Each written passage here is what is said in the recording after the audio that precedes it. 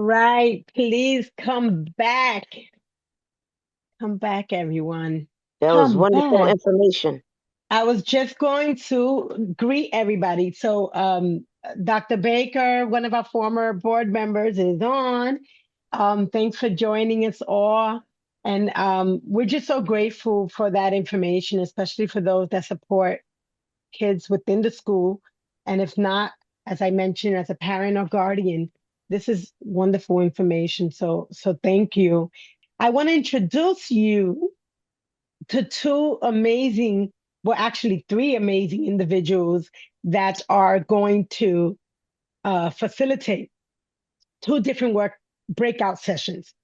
So the first person that I will introduce is Candice Watley, attorney, deputy director at the Legal Aid Society. I'm a board member for them in the Rockland County, and Candice Watley is the deputy director, supporting, and Norma Nieves, who also works for the Legal Aid Society of Rockland County, she's a paralegal, and they will be facilitating a workshop on how to access free legal representation. And the next person I will introduce you to is my twin brother, Audi Bautista.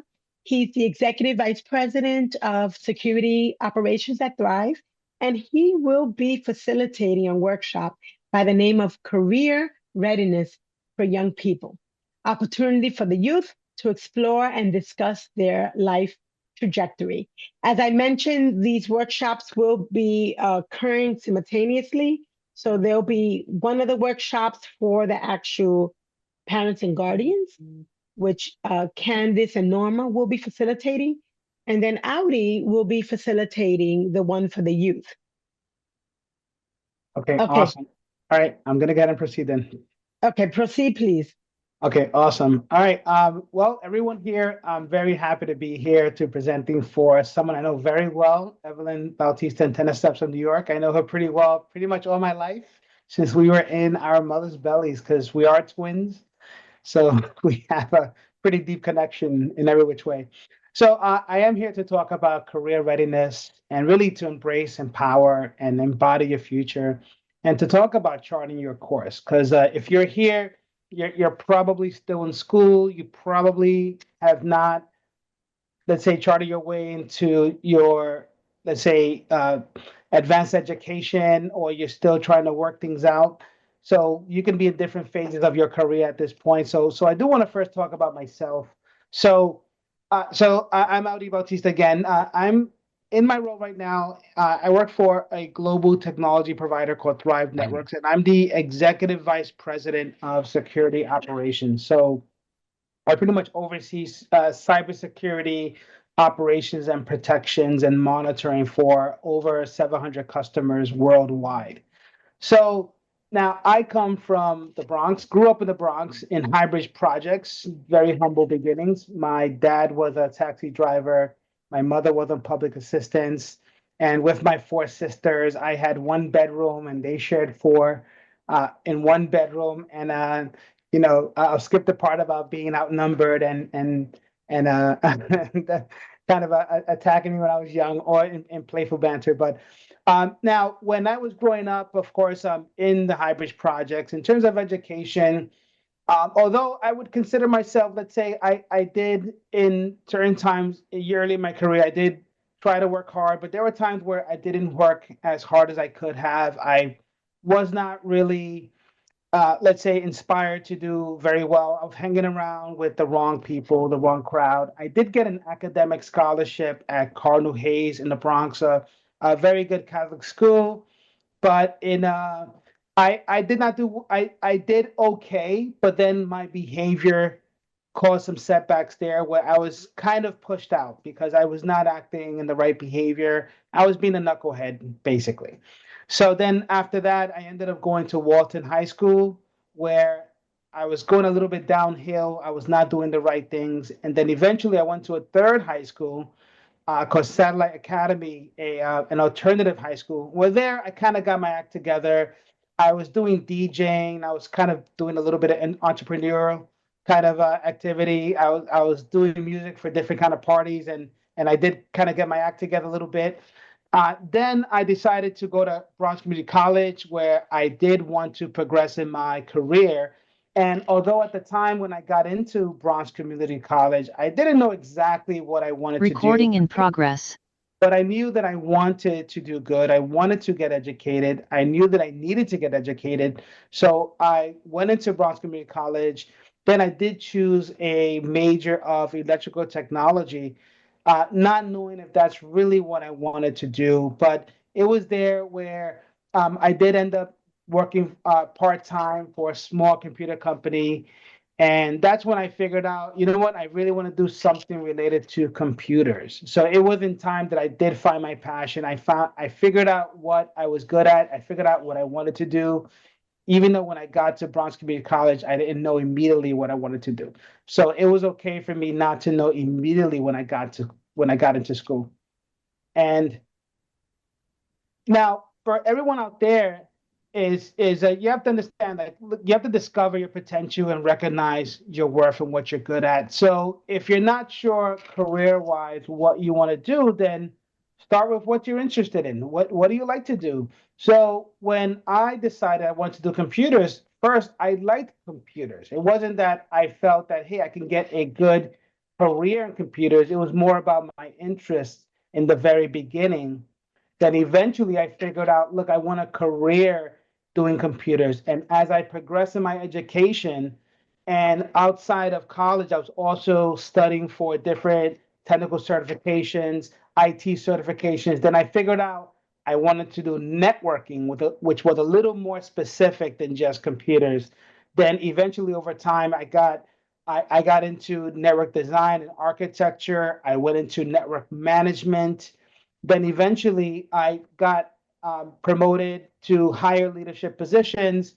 Then fast forward a few, let's say, organizations later, continued in my leadership journey. Then to where I am now, where I'm the executive vice president. Well, and I could tell you that actually, of the executive vice president leadership, my peers, I'm one of the only Latinos, just so you know, in terms of that role at that level inside my organization. So I explored my interests. You have to really look at what are you strong at. Are you strong at analytics? Are you strong at math? Are you strong at something more physical? Are you strong in sports? Are you good at with your hands, maybe molding, maybe something when it comes to that kind of field? So you have to explore your interests, identify what you're strong with, and it could take much time till you figure that out, but you really want to explore your options there. And also you want to set achievable goals. When I was in college, I didn't think, okay, now everyone is different in terms of setting goals. I'll just tell you what worked for me. So I didn't say I'm going to get a house with white picket fence and I'm going to have a pool, I'm going to have this or that kind of car. I thought about, look, I want to get 4 A's this semester. Until I think it was like my third semester in college that I actually did get my 4 A's at least. And then I kept on that path. And eventually I was the president of the Honor Society at Bronx Community College and my last semester before I joined. But it started with a very simple goal. I just want to get 4 A's. For me, it was achievable. It was something that once I get there, I feel like I've achieved and I can move on with other goals as I progress in my education and my career. But it was something achievable. It wasn't something where, okay, it could happen 5, 10, 20 years ago, which it's okay to have goals like that. Again, everyone is different. But for me, I want to set something achievable so that once you get there, okay, now you can set new additional achievable goals. Now, know your value. Know if you're really good at something. Again, if you're very good at sports, maybe you want to pursue your sports as a potential career. You're good at computers or you're good at arguments. Maybe you want to do legal. Maybe you're good at taking care of people. You want to be a nurse or a doctor. So, and as you progress, you want to know your value. Know that, you know what, I could get a very strong career doing what I'm passionate about, what I'm good at, and you can continue progressing that and know that you are valuable in that path that you're, let's say, decided that you're good at and you want to continue your education or personal knowledge on. Now, building your toolkit, I like to say. So of course you want to start with education. Again, it's okay to go into college, continue your studies, not knowing exactly what you want to do. But it's always good at least to continue your education. So you don't want to not go to school because you're not sure what you want to do. You want to go to school so you can find out what you want to do and what you're good at, what your interests are. So also you want to, let's say, investigate mentorship programs. So me myself, I'm part of a cybersecurity organization called IIC Squared. Now they're called IIC2, and I do mentorship. I every single month I mentor young up and coming people get into cybersecurity. I also mentor people that have been doing it for 10 years or longer and try to help them guide them into progressing their career.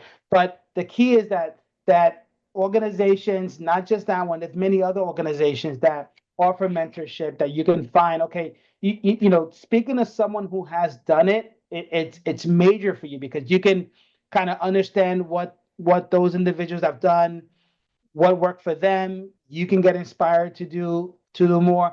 And it doesn't have to be an association. You can look at someone in your family, your neighbor, someone in school, a teacher, 10 their steps, and say, you know what? I just want to speak to someone just so that I can talk through my options or understand more about this field.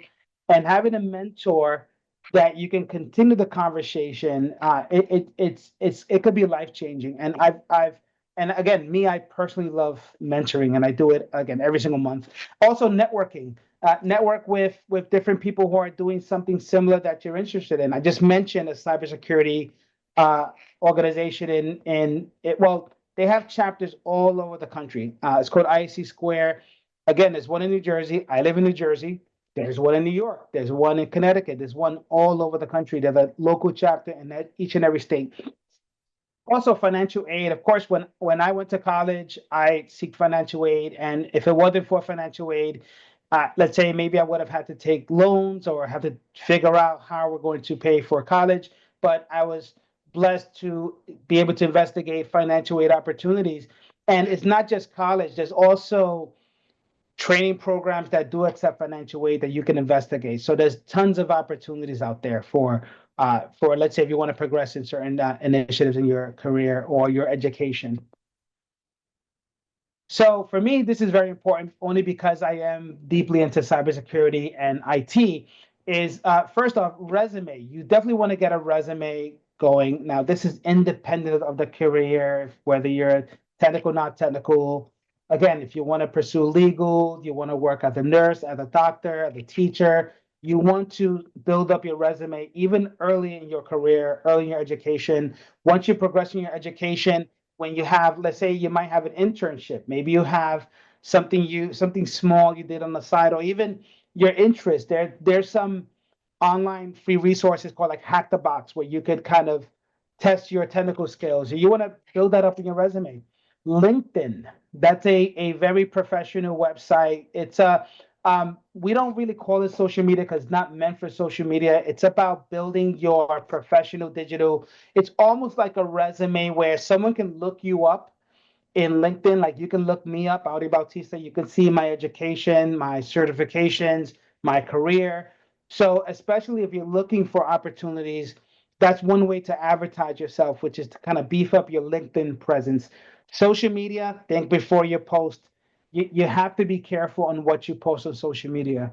Now, it's all fun and games. You want to pictures of your friends, picture of you going to Disney World. But what if you're posting yourself doing kind of crazy stuff that does not look lightly on you, doesn't look positive on you? And I consider that your digital footprint.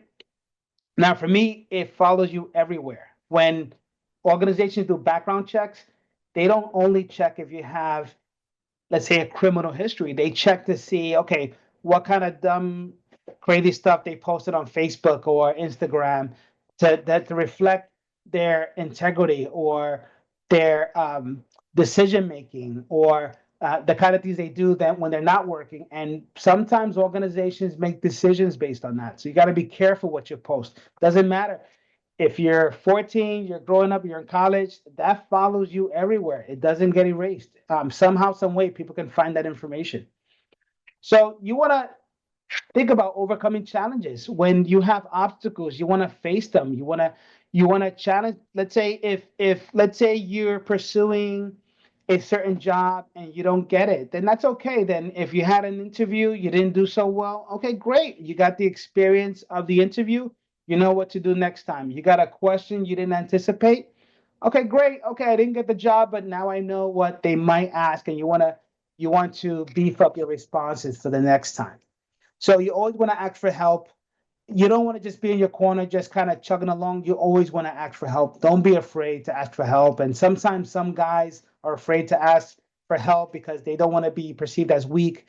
You want to ask for help. And there's tons of people that want to help. Like, I love to help. I love when people reach out to me and ask me for advice because look, I have a lot of advice to give, and I love to talk about the mistakes that I've done, and I've done plenty of mistakes. And also, you want to learn from your lessons. I use an example of, hey, maybe you showed up not dressed properly, and someone told you about that, and or kind of gave you, hey, next time you shouldn't wear a hoodie in your job interview. I kid you not, someone did show up one time in a hoodie, dressed very inappropriately, thought that they were going to get hired in my organization. I was like, that's not going to happen. Like, you have to really come appropriately and dress for the job you want. And then also, apply your insights, everything you've learned. For me, there's nothing that's a failure. Everything's a learning opportunity. So if you fail at something, then that's something else in your toolbox, something to do better next time, something you need to work on. So there's no such thing as failing. It's all about learning. So and match it with the theme of today's event. Let's say embrace, empower, embody. When you let's say charter your course, you want to embody the resilience and become the person you aspire to be as you progress in your education and your career, and something that you're good at, something that you like. That you want to embrace that and do better. Educate yourself. Look for training opportunities to better yourself. You want to empower yourself. You want to build your confidence, because at the first time you do something is not going to be great. The first time when I was in my early computer career, I made mistakes. Believe me, I took down a network one time because I made a network change and I didn't back up the configuration. I caused a big outage, and that was not a good day for me or my company or that other organization. But I would tell you one thing: I never made that mistake again. But that's what's going to happen. And then embrace the challenges. When things don't go your way, you have to learn from it. And you know what? For many no's, there's going to be some yeses. So when there's challenges, you have to embrace it and don't look at it as a complete failure. Look as another opportunity to get a yes the next time. So, and for everyone out here, look, your future is limitless. Like, I'm from the Bronx. I never looked at myself as, hey, you know what? I could never be an executive at a big organization. My organization is pretty big, over 1,400 employees. I never thought myself that, why pursue that path? I will never be looked at and recognized at that level. I never thought that way. And if I would have, I probably would not have been where I am today. So you never want to stop learning.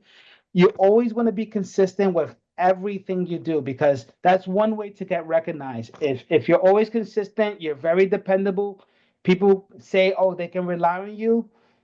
That's a very important soft skill, just to be consistent with whatever you do. Even at home, your parents ask you to wash the dishes. Be the best dishwasher in the world. Do it great. Always do great. When you're in school, don't be happy with the C. You want to get an A. You want to do great. If something is worth doing very well, and be be happy to strive and aim for that A, and to do great in your studies. And look, the potential, there is no ceiling. You can study, you can do whatever you want. It doesn't. You can never say, I'm from the Bronx, that I could never be that position, or I could never be an executive, or I could never be in a management position, or I could never be the best network engineer. That's just not true. It doesn't happen. There is no limit. Okay. I'm sorry, Audi. Yep. We have to come back to the main, and I'm Yes. sorry because this is the ending. Yeah, If yeah, you no problem. wrapped All it right. up, Well, yeah. Thank you very much. okay. No, but if you can, I was gonna give you the opportunity to say like a closing before we go to the main. Yeah, sure. And Okay. and with closing, again, you have to reach your potential. But I'd like to stop and pause and see if anyone has any questions. Thank Um, you. You're the yep. best. Thank you. Yeah.